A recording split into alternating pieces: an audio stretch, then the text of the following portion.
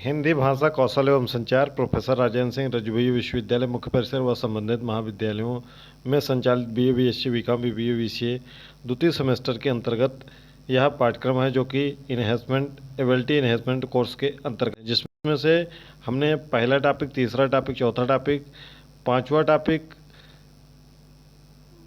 और छठा टॉपिक ये सभी पढ़ चुके हैं। अब हम सातवें टॉपिक में उपसर्ग और प्रत्यय इस वीडियो में पढ़ने जा रहे हैं। जल्दी आपका बाकी बचे हुए जो भी टॉपिक हैं वह कंप्लीट करा दिए जाएंगे। ये सभी आपको यूट्यूब चैनल के प्लेलिस्ट बनी हुई है हिंदी भाषा कौशल एवं संचार, और यह प्रश्न पत्र बहुविकल्पी प्रश्न पत्र है, जिसमें 75 प्रश्न आएंगे। आप सिलेबस वाला वीडियो पूरा उठाकर देखेंगे, आपको एक एक पॉइंट टू पॉइंट समझाया गया है। तो इसलिए वीडियो को पूरा ध्यान से देखने के लिए प्लेलिस्ट आपको देखनी पड़ेगी। चलिए हम उपसर्ग और प्रत्यय शुरू करते हैं। उपसर्ग किसे कहते हैं? जिसको हम उप धन सर्ग, यानी कि उप मतलब होता है समीप और सर्ग का मतलब होता है सृष्टि करना। ठीक है, तो यानी कि उप का अर्थ है, उपसर्ग का अर्थ है किसी शब्द के समीप आकर नया शब्द बनाना। जो शब्दांश शब्दों के आदि में जुड़कर उनके अर्थ में कुछ विशेषता लाते हैं, उन्हें उपसर्ग कहते हैं। यानी कि किसी मूल शब्द के पहले लगने वाला जो शब्दांश है वह उपसर्ग कहलाता है। यह अर्थ बदल देता है या फिर विशेषता बदलाता है। जैसे पराजय, ठीक है,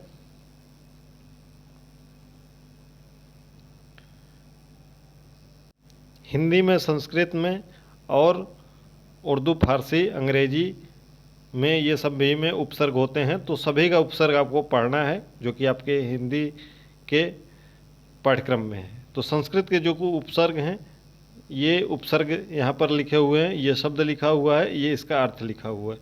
आपसे यहाँ से किसी भी प्रकार से प्रश्न पूछा जा सकता है, जिससे आपसे पूछा जाएगा कि अत्यधिक में कौन सा उपसर्ग है, अति है, ठीक है, या अत्य है, या आ है, ऐसे करके ऑप्शन आपसे पूछा जाएगा। तो बहुत तेज़ी के साथ पढ़ेंगे, फिर उसके बाद बहुविकल्पी प्रश्नों को देखेंगे। तो अति उपसर्ग, अति मीन्स होता है अधिक, अत्यधिक, अत्यंत, अतिरिक्त, अतिशय, ये शब्द जितने शब्द हैं इसमें अति उपसर्ग है। अधिकार, अधिपति और अधिनायक, इसमें अधि उपसर्ग है, जिसका अर्थ होता है ऊपर या श्रेष्ठ। अनुचर, अनुकरण, अनुसार, अनुशासन, इसका अर्थ होता है, इसमें अनु उपसर्ग लगा हुआ है, जो कि पीछे और समान का अर्थ देता है। अगला है अपशय, अपमान और अपकार, इसका उपसर्ग जो है अप उपसर्ग इसमें लगा हुआ है, जिसका अर्थ होता है बुरा या हीन। अभिमान, अभिषेक, अभिनय और अभिमुख, इसमें अभि उपसर्ग है, सामने, चारों ओर और पास। अवगुण, अवनति, अवतार, अवतरण, इसमें अव उपसर्ग है, जिसका अर्थ है हीन या नीच। आ यानी कि आजीवन, आगमन, आरक्षण, आक्रमण, इसमें अ उपसर्ग है, जिसका अर्थ तक या समेत है। उत्कर्ष, उत्तम, उत्पत्ति, इसमें उत है। उद्गम, उद्भव, जिसमें उद है। उपसर्ग, उपदेश यानी कि उपवन, उपमंत्री, उपहार, जिसमें उप उपसर्ग है। दुर्जन, दुर्गम, दुर्दशा, दुराचार, दुर, इसमें दुश्चरित, दुस्साहस, दुष्कर, इसमें दुस उपसर्ग है। आगे है निरपराध, निर्जन, निराकार, निर्गुण, जिसमें निर उपसर्ग है। अगला है निस्तार, निश्चल, निश्चित, इसमें निस उपसर्ग है। निवारण, निपात, नियोग, निषेध, इसमें नि, ठीक है, जिसका अर्थ होता है निषेध या अधिकता या नीचे। पराजय, पराभव, परामर्श, पराक्रम, जिसमें परा है आपका उपसर्ग। परिजन, परिक्रम, परिपूर्ण, परिमाण, जिसमें परि उपसर्ग है। प्रख्यात, प्रबल, प्रस्थान, प्रकृति, जिसमें प्रा उपसर्ग है। प्रतिकूल, प्रत्यक्ष, प्रतिक्षण, प्रत्येक, इसमें प्रति, विदेश, विलाप, वियोग, इसमें वी, संस्कार, सुगम, संगम, संगम, संतुष्ट या संभव, इसमें सम है। और सुजन, सुगम, सुसज्जित, सुपात्र, इसमें सु है। हिंदी के जो उपसर्ग है उसमें है अछूता, अथाह, अटल, इसमें आ उपसर्ग है जिसका मतलब होता है अभाव या निषेध। अनमोल, अनबन, अनपढ़, जिसमें अन है। कपूत, कचोट, का है उपसर्ग। उपसर्ग आगे लगता है, ध्यान रखिएगा। का यानी कि पूत जो है वह मूल शब्द है, उसमें का शब्दांश लग गया, उपसर्ग लग गया, तो ये कपूत का निर्माण किया। कचोट, कचोट, चोट मुख्य शब्द है और का क्या है, उपसर्ग है। कुचाल, कुचेला, कुचक्र, ये सब में कु है। दुबला, दुलारा, दुधारू, इसमें दू है। निगोड़ा, निडर, निहत्था, निकम्मा, इसमें नी है। अवगुण, अवधर, अवसर, अवसान, इसमें अव या अव है। भरपेट, भरपूर, भरकस, भरमार, इसमें भर है। सुडौल, सुजान, सुघड़, सुफल, इसमें सु है। अधपका, अधकच्चा, अधमरा, अधकचरा, इसमें अध है। 29, 39, 59, 69 में उन है, यानी कि एक कम। ठीक है, आप पढ़ते हैं। परलोक, परोपकार, परसग, परहित, इसमें पर है। बिन ब्याह, बिन बादल, बिन पाए, बिन जाने, इसमें बिन है। कुछ अरबी फारसी के उपसर्ग हैं जिसमें अलबत्ता, अलगरज जो कि अल है, इसमें कमज़ोर, कमकत, कमअक्ल, कम है। खुशनसीब, खुशखबरी, खुशहाल, खुशबू, इसमें आपका उपसर्ग जो है वह खुश है। गैर हाजिर, गैर कानूनी, गैर मुल्क, गैर जिम्मेदार, इसमें गैर उपसर्ग है। दरअसल, दर हकीकत, इसमें दर है। नापसंद, नासमझ, नाराज, नालायक, इसमें ना है। फ़िलहाल, फ़ी आदमी यानी कि फ़िल या फ़ी है। बनाम, बदौलत, बदस्तूर, बा है। बाकायदा, बाइज्जत, यह सभी में बा है। ये आप स्क्रीनशॉट इसका लिख लीजिएगा क्योंकि ये आएंगे नहीं ज़्यादातर। ठीक है, अंग्रेजी के भी नहीं आएंगे, ज़्यादातर हिंदी और संस्कृत के ज़्यादा आते हैं। बाकी आप एक स्क्रीनशॉट इसका लिख लीजिएगा। चलिए हम इसके बहुविकल्पी प्रश्नों को देखते हैं। पहला प्रश्न है, बहुविकल्पी में अत्यधिक शब्द में कौन सा उपसर्ग है? तो आपका विकल्प है आ, अत, अति और अत्य। तो अभी आपने पढ़ा कि अत्यधिक में कौन सा उपसर्ग है, इसमें अति उपसर्ग है। कौन सा उपसर्ग है? अति, विकल्प नंबर सी। यानी कि मूल शब्द इसका क्या है? अधिक, और उपसर्ग क्या है? अति। आपने भी अति उपसर्ग पढ़ा था। अगला है अधखिला, शब्द में उपसर्ग पहचानिए। अधखिला में कौन सा है? इसमें है आपका विकल्प है आ, अध, आधा, खिला। तो उपसर्ग आगे लगता है, आपको पता ही है। तो मूल शब्द इसमें क्या है? खिला, तो अध से बना हुआ है, अधखिला। तो विकल्प नंबर आपका बी सही हो जाएगा। अगला है दुर्योधन, शब्द में किस उपसर्ग का प्रयोग हुआ है? दुर्योधन में किस उपसर्ग का प्रयोग हुआ? तो इसमें दुर का उपयोग हुआ है। ठीक है, दुर मीन्स बुरा या कठिन, अभी आपने पढ़ा था। अगला है निम्नलिखित में से किस शब्द में अप उपसर्ग नहीं है? किसमें अप उपसर्ग नहीं है? अपमान, अपकीर्ति, अपक्षय, अपव्यय ना। तो इसमें से आप बताइए कि कौन सा सही होगा।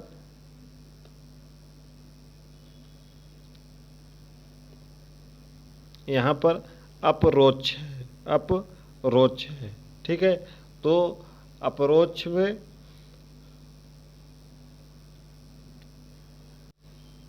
आ धन परोक्ष से बना है, आधन परोक्ष से बना है। अप से नहीं बना है कि अप परोक्ष से नहीं बना, आ प्लस परोक्ष से बना, इसलिए इसमें आ उपसर्ग है, अप नहीं है। बाकी सब में मान में अप लग गया, अपमान, अपकीर्ति में अप लग गया, अपकीर्ति, अपव्यय। ठीक है, अगला प्रश्न है परिवर्तन और परिकल्पना में कौन सा उपसर्ग है? पर है, प्र है, परि है या परा है? तो ये अगला प्रश्न आपका बहुत ही महत्वपूर्ण यह प्रश्न है। इसमें परि, ऑप्शन नंबर आपका सही होगा सी, जिसमें परि उपसर्ग लगा है। परि का अर्थ होता है चारों ओर या पूर्ण होता है। अगला प्रश्न है अधिनियम शब्द में कौन सा उपसर्ग लगा है। इसमें अधिनियम में कौन सा उपसर्ग लगा है? आ लगा है, अधि लगा है, अध लगा है या निम लगा है? तो अधिनियम में आपका अधि लगा है। क्या लगा है? नियम में अधि उपसर्ग जुड़ा है, जिसका अर्थ होता है श्रेष्ठ या ऊपर होता है। तो आपका विकल्प नंबर इसमें सही होगा, बी नंबर सही है। अगला प्रश्न है, सज्जन शब्द में किस उपसर्ग का प्रयोग हुआ है? सज्जन, सज्जन में किस उपसर्ग का प्रयोग हुआ है? सम या सत या सज या सत? तो सज्जन में सत का प्रयोग हुआ है, सत धन जन, ठीक है, यानी कि सज्जन। अगला प्रश्न है, उद्गम शब्द में कौन सा उपसर्ग है? उत है, उद है, उ है या उदम है? तो इसमें उद आपका ऑप्शन नंबर ए आपका सही होगा। इसमें ऑप्शन नंबर ए और बी दोनों सही हो सकते हैं, लेकिन जब दोनों अगर साथ में रहें तो उत को ज़्यादा प्राथमिकता दी जाती है, ठीक है। तो ऑप्शन नंबर ए सही होगा। अगला प्रश्न है, अगर उत न होता ऑप्शन में तो आपका उद सही हो जाएगा, ठीक है। उद्गम और उत्गम दोनों से मिलकर बनता है, तो ये ज़्यादा प्रायिकता में रहता है। अगला प्रश्न है, बेइंसाफ शब्द में प्रयुक्त उपसर्ग किस भाषा का है? तो बेइंसाफ जो शब्द है उसमें प्रयुक्त भाषा जो है वह उर्दू या फारसी है, जो कि विदेशी उपसर्ग है। अगला प्रश्न है, पुनर्जन्म शब्द में उपसर्ग बताइए। पुन, पुनर या पुनः? तो ऑप्शन नंबर आपका सी सही हो जाएगा, पुनर प्लस जन्म बराबर पुनर्जन्म। अब हम चलते हैं प्रत्यय की ओर। प्रत्यय प्रति धन आय, प्रति मीन्स साथ में, पर बाद में, ठीक है। और आय यानी कि शब्द का अर्थ पीछे चलना, ठीक है। तो प्रत्यय का जो पूरा अर्थ हो गया, वह जो शब्दांश शब्दों के अंत में जुड़कर उनके अर्थ में विशेषता या परिवर्तन ला देते हैं वह प्रत्यय कहलाते हैं, ठीक है। किसी मूल शब्द के अंत में लगने वाला शब्दांश क्या हो जाता है? प्रत्यय, यानी कि उपसर्ग आगे लगता है, उपसर्ग, ऐसे याद कर लीजिएगा। उपसर्ग आगे लगता है और प्रत्यय पीछे लगता है, प्रत्यय पीछे लगता है, ठीक। तो चलिए देखते हैं।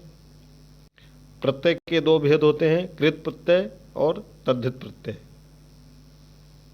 कृत प्रत्यय वो होते हैं जो क्रिया के अंत में लगते हैं, जैसे घबराना क्रिया है तो उसमें आहट लग गया, घबराहट, ठीक है, ये कृत प्रत्यय हो गया। और तद्धित प्रत्यय जो कि संज्ञा सर्वनाम और विशेषण के अंत में आता है, जैसे कि लड़का संज्ञा शब्द है, लड़का में पन लग गया, लड़क पन। कुछ शब्द देख लेते हैं कृत प्रत्यय के, जैसे अक्कड़ लिखा हुआ है, घुमक्कड़, ठीक है, पीछे लगा है अक्कड़ घुम में, ठीक। पियक्कड़, बुझक्कड़, भुलक्कड़, ये सब में अक्कड़ प्रत्यय है। भिड़ंत, अंत, रटंत, उड़ंतु, घुमंतु, ठीक है। आ, घेरा, छापा, ठेला, झूला, आई, छवाई, धुलाई, पढ़ाई, सिलाई, आई इसमें प्रत्यय है। आऊ, टिकाऊ, बिकाऊ, आका, ठीक, तैराक, आन, चढ़ान, ढलान, आप, ये सभी आवट, थकावट, रुकावट, लिखावट, आवन, मन भावन, सुहावन, आवना। अब इसके बहुविकल्पी प्रश्नों को देख लेते हैं। घबराहट शब्द में कौन सा प्रत्यय है? तो घबराहट में कौन सा प्रत्यय है? आहट, ठीक है। मूल शब्द क्या है? घबराना, घबराना में आहट लग गया, घबराहट। अगला है, सपेरा शब्द में मूल शब्द और प्रत्यय का सही विकल्प क्या है? क्या है? सांप प्लस एरा, ठीक है, या सब धन एरा, या फिर सपे धन रा, या साप धन ईरा। तो सपेरा में कौन सा होगा? आपका विकल्प नंबर 1, सांप धन एरा, यानी कि सपेरा, ठीक है, पहला विकल्प आपका सही हो जाएगा। अगला प्रश्न है, लौकिक शब्द में कौन सा प्रत्यय लगा है? लौकिक में का लगा है, इक लगा है, किक लगा है या अक लगा है? तो लौकिक में इक लगा हुआ है, विकल्प नंबर आपका बी सही हो जाएगा। अगला प्रश्न है, लेखक शब्द के अंत में कौन सा प्रत्यय लगा हुआ है? तो लेखक में आपका लगा हुआ है इक प्रत्यय लगा हुआ है, लेखक। अगला प्रश्न है, निम्नलिखित में से किस शब्द में ई प्रत्यय नहीं लगा है?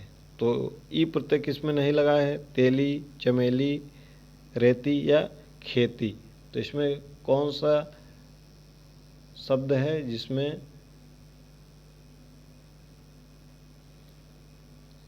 ई प्रत्यय नहीं लगा है? तो इसमें चमेली में।